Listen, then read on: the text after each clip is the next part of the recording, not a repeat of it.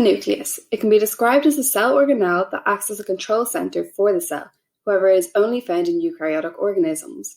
Prokaryotic organisms lack a nucleus as they do not keep their DNA segregated from the rest of the cell, whereas eukaryotic organisms keep their DNA within a nuclear membrane.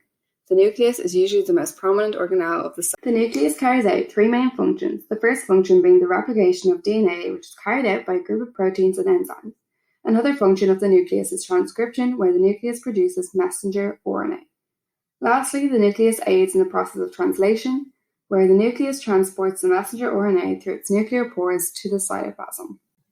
The structure of the nucleus consists of the nuclear membrane, the nuclear pore, the nucleolus, chromatin, and chromosomes. The nuclear membrane is also known as the nuclear envelope. It consists of a lipid bilayer. The inner membrane contains the nuclear lamina, which is an array of protein filaments. Within the nuclear envelope, there are molecules of DNA. These molecules of DNA are extremely long polymers that encode the genetic information of the organ. The nuclear pore provides a pathway between the cytoplasm and the nucleoplasm. Within the nuclear pore is the pore complex. This structure regulates the entry and exit of proteins, RNAs, and macromolecules. The nucleolus is a mass of densely stained granules and fibers. It is composed of proteins and ribosomal RNA. It is also the site of ribosomal RNA synthesis.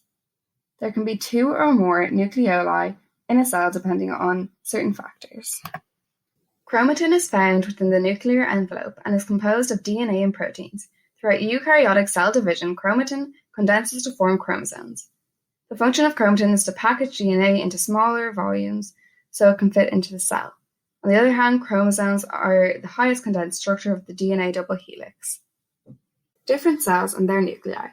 Most cells have one nucleus. However, for example, red blood cells contain no nucleus, which allows them to carry more hemoglobin in the bloodstream. On the other hand, skeletal muscle cells have two or more nuclei, which allows for the large-scale production of proteins and enzymes needed for muscle contraction.